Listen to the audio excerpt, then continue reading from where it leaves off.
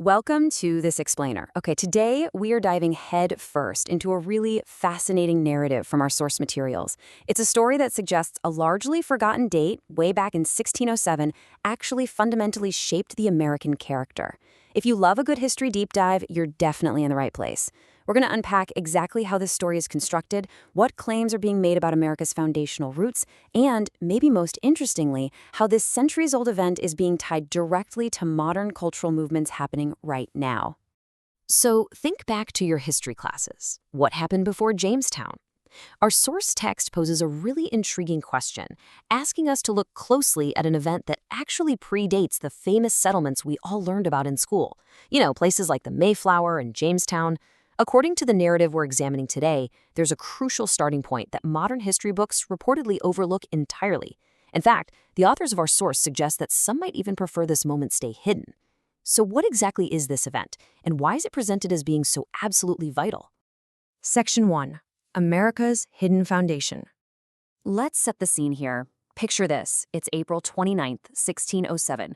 A group of incredibly travel-weary English settlers finally reaches the shores of Virginia, landing at a location we now know as Cape Henry. But here's the thing. They didn't just jump off their boats and immediately start searching for gold or, scrambling to build a fort to protect themselves.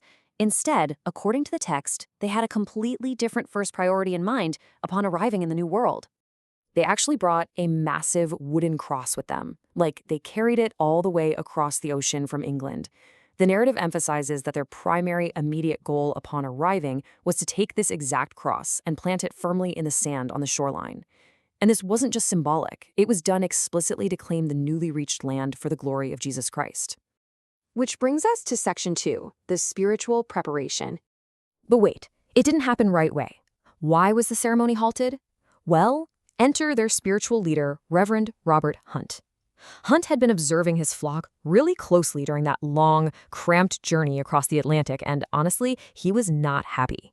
He had watched the settlers actively arguing, quarreling with one another, and just generally failing to observe basic commandments. Because of this, Reverend Hunt essentially puts a hard pause on history.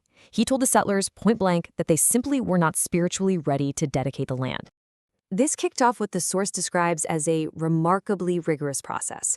After observing all that quarreling, Reverend Hunt required the settlers to undergo days of fasting and prayer. This wasn't just a quick apology. They had to thoroughly cleanse themselves through repentance. Only after he was completely satisfied did he administer communion. And finally, after this strict sequence of preparation, they were permitted to embark with the cross and actually plant it in the ground. Now, there's a really vital distinction here that the authors make. According to the narrative, the settlers weren't dedicating this new territory to their earthly monarch, King James. No, their explicitly stated intention was to dedicate the land to the King of Kings. Moving right along to Section 3, the Covenant and Founders. The narrative we are examining constructs a very specific historical timeline. It frames the 1607 Act as the establishment of a continuous covenant with God. The source basically bridges multiple eras, connecting the Cape Henry Covenant directly to the 1620 Mayflower Compact, which is where the Pilgrims explicitly stated they came for the glory of God and the advancement of the Christian faith. And then it draws a straight line right through history into the 1700s, landing squarely in the era of the Founding Fathers. The main argument here is that this vision wasn't just left behind in the 17th century. The source asserts that key historical figures like John Adams, especially while pushing for the Declaration of Independence, alongside heavy hitters like George Washington and Benjamin Franklin, were all building the new nation directly upon this exact continuous Christian covenant framework. Section 4. A Heritage Under Siege. Shifting gears to the present day, this brings us to a deep, urgent concern regarding how this specific history is treated right now. The text posits that the Cape Henry landing and this original covenant are actively being left out of modern teachings.